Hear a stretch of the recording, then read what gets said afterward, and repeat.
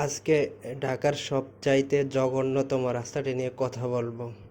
এটি হচ্ছে গাবতলী টু সদরঘাট বেরিরবাদ রাস্তা যেটাকে বলা হয়। আচ্ছা, তার আগে গাবতলীর একটু ইতিহাস নিয়ে কথা বলি। ঢাকার সবচেয়ে বড় এবং স্থায়ী পশুর হাট গাবতলী গাবতলীতে। গাবতলী বাজার 1917 সালে হাদি মুন্সি নামক এক ভদ্রলোক এখানে তখন বসবাস করত। তিনি দাতব্য চিকিৎসা প্রতিষ্ঠান করেন ওখানে 1917 সালের দিকে। তারপর স্থায়ীভাবে 1918 সালে ঢাকার গাবতলীর পশুর হাট বসে এখানে।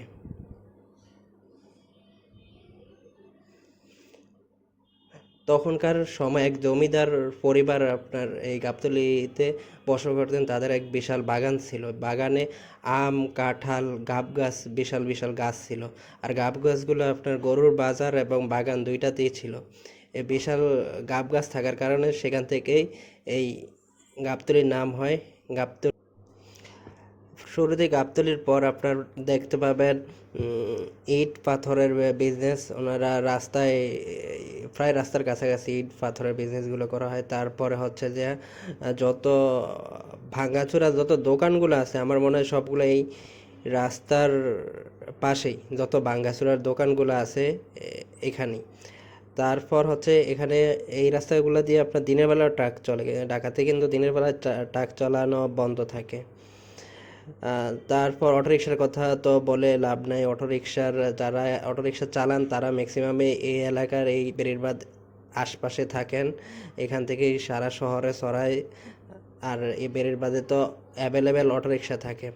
তারপরে হচ্ছে যে বৃষ্টি না হলেও এই রাস্তার অবস্থা খুব খারাপ থাকে, পানি কাদা। তারপরে হচ্ছে যে সামনে হচ্ছে মোহাম্মদপুর তো চুরি ছিনতাই ডাকাতি এসবের জন্য বিখ্যাত, এক নামে সবাই চিনে। দিনের বেলা আপনার ওই মোবাইল দিয়ে ভিডিও করলেও দেখা গেছে যে ওই মোবাইল নিয়ে যাওয়ার সম্ভাবনা থাকে, এমন একটা বিষয়।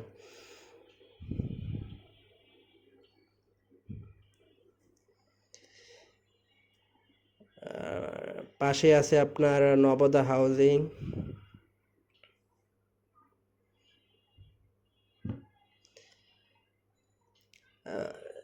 সামনে হচ্ছে আপনার বেরিরবাদ মোহাম্মদ তিন রাস্তার মোড়। তিন রাস্তার মোড় থাকার কারণে আপনার তিন রাস্তা থেকে আপনার একদিকে গেছে গাবতলী, আরেক দিকটা গেছে সদরঘাট, আরেক দিকটা গেছে আপনার বছিলা ওইদিকে।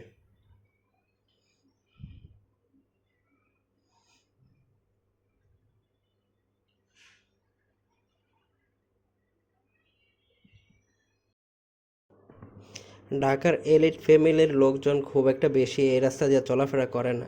ঢাকায় যারা ব্যবসা বাণিজ্যের সাথে জড়িত তারাই এই রাস্তাটা ব্যবহার করে সাধারণত। আর কিছু সংখ্যক এই গাবতলী সাভার যাওয়ার জন্য এখন ব্যবহার করে। ও পুরো দমে ব্যবহার হয়নি, কারণ হচ্ছে যে আপনার ভালো বাসও নাই এই রাস্তায়, আছে যেগুলা ধ্বজভাঙ্গা। তো যারা নিয়মিত এইসব এলাকায় বসবাস করেন তারাই হয়তো হচ্ছে এই রাস্তাটা ব্যবহার করেন।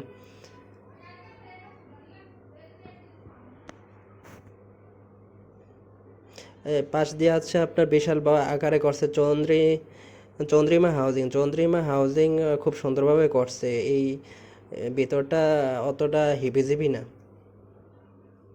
মানুষ পাশ দিয়ে নদী আছে, নদী নদী দেখার জন্য আসে মানুষজন।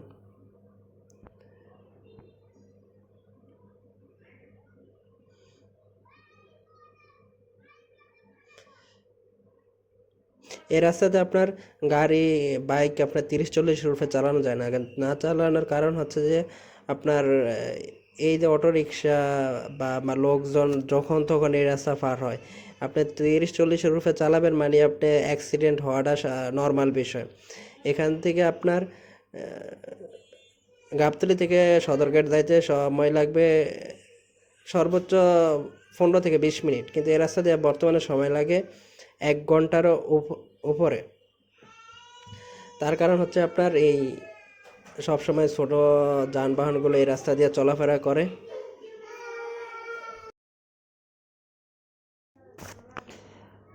তারপর হচ্ছে সামনেই আল্লাহ করিম মসজিদ, মোহাম্মদপুর আসলে বা যারা থাকেন আল্লাহ করিম মসজিদ সবাই চিনেন, মোটামুটি চিনেন। এখান দিয়ে একটা ইউটার্ন দিছে, ওখান দিয়ে কাটা বন্ধ করে দিয়েছে, কারণ আপনার রাস্তায় অনেক জ্যাম পড়ে। ইউটার্নটা দেওয়াতে আপনার দেখা গেছে রাস্তা গাড়িগুলো ঘুরে যায়, তো আর জ্যাম পড়ে না। এই যে রিক্সা রাস্তার মাঝখান থেকে যাত্রী নিয়ে পরে গাড়ি চালায়, সেই কারণে একটু এখানেও জ্যাম পড়ে।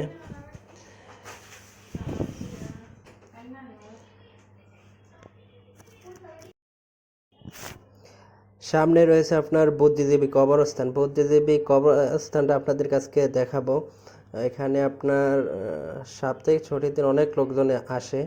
দেখার মতো বিশেষ ওরকম কিছু নাই, কিন্তু হচ্ছে যে এইসব এলাকার মানুষ সময় কাটানোর জন্য এই জায়গাটাতে ভিড় করে। আর এই যে রাস্তার দুপাশে সবসময় গাড়ি থাকবে, আপনি এই রাস্তায় আসলে আসলে বুঝতে পারবেন, কথায় ওরকম ভাবে বোঝা যায় না, কারণ রাস্তাটা যে কতটা ডিফিকাল্ট যারা এই রাস্তা দিয়ে যাতায়াত করেন তারাই বোঝেন।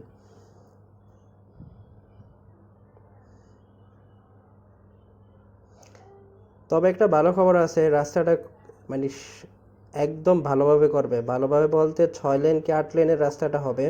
আপনি সামনেতে আপনাদেরকে দেখাবো, এর কাজ যে চলতেছে। আসলে আপনাদেরকে বুদ্ধিজীবীটা দেখাই।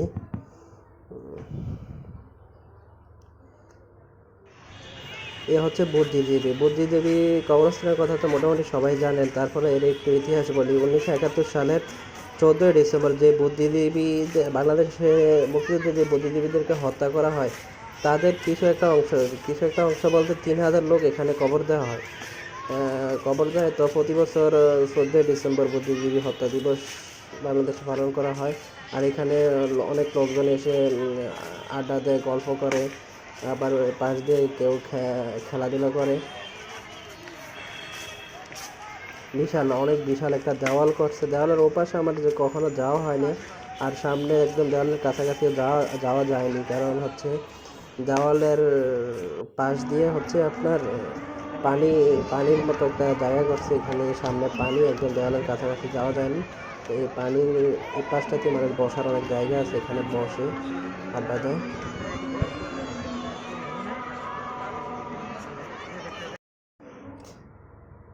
তারপর চলেন সদরঘাটের দিকে যাই। সদরঘাটের দিকে যাওয়ার আগে আপনারা দেখলেই বুঝতে পারেন যে রাস্তাটা খুবই খারাপ। আমি রাস্তাটার কথা বারবার কেন বলছি, এই রাস্তাটা খুবই গুরুত্বপূর্ণ একটি রাস্তা। গুরুত্বপূর্ণ রাস্তা এই কারণে, সদরঘাট থেকে গাবতলী আসার যেসব লোকজন আসবে, শুধু গাবতলী না, গাবতলী থেকে আপনার মিরপুর কাছে, আবার এদিক দিয়ে আপনার সাভারের লোকজন এই রাস্তাটা ব্যবহার করলে পুরান ঢাকার যে জ্যামগুলো রাস্তায় পড়ে, ওই জ্যামগুলো আপনার অত বেশি পড়বে না বলতে আপনার 30% কি 40% যানবাহন কমে দেব ওই রাস্তার, এই রাস্তাটা যদি ব্যবহার করতে পারে। কিন্তু এবার রাস্তাটার কাজ ধরছে, অনেক দিন আগে থেকে ধরছে, আপনার অনেক ভালোভাবে করবে। এই যে আপনার এই যে কাজ ধরছে যে আপনার ওই যে বাচ্চারা খেলতেছে, বালি ফালাইছে, ওই পাশ দিয়ে ড্রেন করছে, ওখান থেকে প্রায় এতটুক মানে এখানে তো 2 লেন রাস্তা আগের আছে, তার মানে এখানে আরও কত 6 লেন তো হবেই ম্যাক্সিমাম, তাহলে 8 লেন। খুব ভালোভাবে এই রাস্তাটা হবে। আর এই সামনেতে এরকম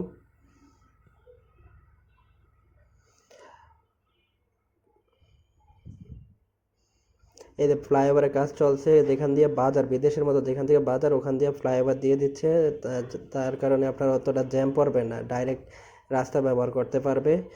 আর আপনারা ভালো থাকবেন, আল্লাহ হাফেজ। পরের কোনো ভিডিওতে দেখা হবে, বাই।